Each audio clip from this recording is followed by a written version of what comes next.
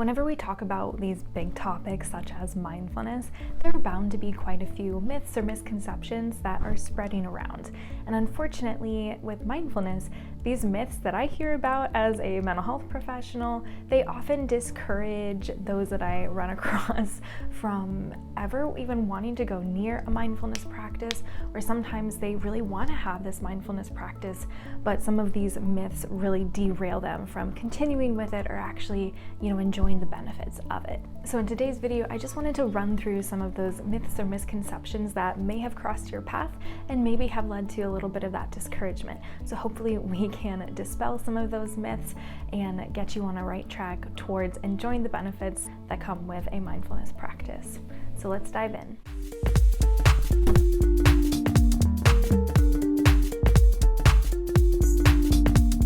If you were to type in mindfulness definition to Google, these are the top two that pop up. The first one is the quality or state of being conscious or aware of something.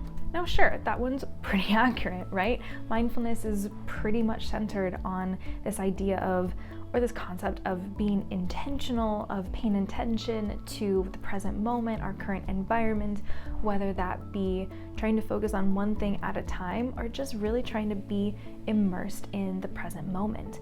Maybe we're focused on our breath or listening to the breathing of others. Maybe we're paying attention to something that we have in our hands and really paying attention to the textures and our senses with that object. Or maybe we're, outside at a park or in our backyard and we can hear all the various animals or birds chirping and things like that. The second definition that pops up on Google is this: a mental state achieved by focusing one's awareness on the present moment while calmly acknowledging and accepting one's feelings, thoughts, and bodily sensations. That's kind of a big one, right? Especially in this second definition, we kind of get this idea that there's a goal in mind or some achievement to be had by practicing mindfulness in any way. Maybe there starts to become this expectation. If, we hear this definition, now we're thinking, well, anytime that I practice mindfulness in any way, I'm going to achieve this state of mind, this, peace of mind, or this state of being carefree or zen. And along this line of thinking, if we have that expectation and we don't experience that expected state of mind, then maybe we start thinking, well, I'm doing something wrong or I can't do this correctly. And so that kind of leads us to not wanting to do it at all. And honestly, this line of thinking is probably the biggest one that, I hear most often, especially in my work with clients as we're talking about mindfulness. This one's a pretty big barrier, and it leads us to one of our first myths or misconceptions, which is really that mindfulness has this goal of clearing the mind or, coming into this state of being where we're completely carefree. While the state of mind of, being carefree or really zenned out or anything like that can certainly happen when we practice mindfulness, it's not necessarily the goal that happen every single time, and maybe that's not even realistic to have as a goal. So why is this not necessarily a realistic expectation to have of a mindfulness practice? The brain's job is to think. Thinking is how our mind makes sense of our world, our experiences, our thoughts even, our emotions.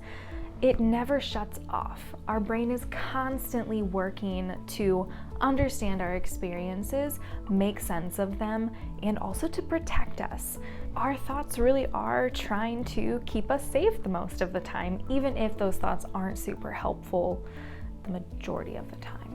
When we are practicing mindfulness regularly, it's pretty likely that, we're going to get to the point where our thoughts slow down, we feel super calm. Of course, we're learning to respond to our thoughts in a different way. We're really changing up our relationship to the thoughts that come into our mind. But our thoughts aren't ever going to totally disappear, even when we're in that state of mind of being pretty calm. So again, when we have this expectation of, I'm gonna reach this state of mind every single time I practice mindfulness, if that doesn't happen, it's really easy to see how that can be discouraging. So maybe if we can go into mindfulness practices or just thinking about mindfulness as a concept with this different expectation, perhaps a more realistic expectation of, I'm going to go into this and it's going to be beneficial for not only my mental health, but of course also my physical health too, because we're decreasing our stress pretty much each time we practice mindfulness, then the practice itself will likely become more enjoyable and also more beneficial. As we're talking about expectations of this practice, this kind of leads us to myth number 2, which is something along the lines of, I should be good at mindfulness right off the bat. Our culture seems to be super invested in this idea of instant gratification, but that is simply not how our brain works. It takes time for our brain to learn and adapt and change. So we're not going to build this skill of mindfulness in one practice. Just like any other skill, mindfulness takes time. It takes focused attention and repetition to build and strengthen any skill, and mindfulness is no different. If I go into a mindfulness practice with this idea or expectation that I'm going to immediately feel really calm and my body's going to feel calm and my mind is going to be rid of anxious thoughts, then I'm likely going to be pretty disappointed. Maybe we can change up our expectations of this practice, make it a little bit more realistic, and say something along the lines of, no matter what, I know that this is going to be beneficial for me physically, mentally, maybe spiritually as well, even if I don't experience that extreme relaxation that it seems like everyone else is experiencing. Another very common misconception that I hear on a regular basis is that formal meditation is the only way to practice mindfulness. And if I can't dedicate 20 minutes to sit down in the peace and quiet, uninterrupted, then it's not worth doing. This is where informal practices come into play. There really are so many different beneficial ways of practicing mindfulness outside of formal meditations, yoga, tai chi. We don't necessarily have to set aside dedicated time to engage in a practice or an activity that is a little bit more structured like that. We really don't even have to change our schedule all that much to practice mindfulness. We can bring this intention into our everyday life and have maybe a mindset shift as we're going through day-to-day tasks. So maybe one of your day-to-day tasks is sitting in a meeting or sitting in a class. Okay, be in that class. Pay attention to everything that's going on in that environment. Pay attention to the words that the speaker is choosing. Pay attention to their tone of voice. Notice if there's chatter in the background, maybe some distractions, and just notice that. Notice your own reaction to maybe the words that are being spoken or the distractions that are happening. Just be fully present with anything that's going on in that experience. And that in and of itself is a mindfulness practice. It's paying attention to the present moment with intentionality. And when you notice your thoughts wandering off, as I can almost guarantee you that they will at some point or another, whether it's to-do lists or memories pop up or whatever the case might be, when that happens, we can acknowledge it, we can take a deep breath,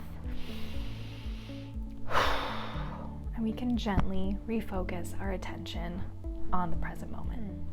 The fourth and final myth that I want to talk about today is that mindfulness is only for practicing Buddhists. While mindfulness definitely has its roots in Buddhism and Eastern medicine, it really is a-okay to practice mindfulness without that religious or spiritual component. We can really think of mindfulness as more of an intention or a mindset, something that we can take with us as we're going about our daily life.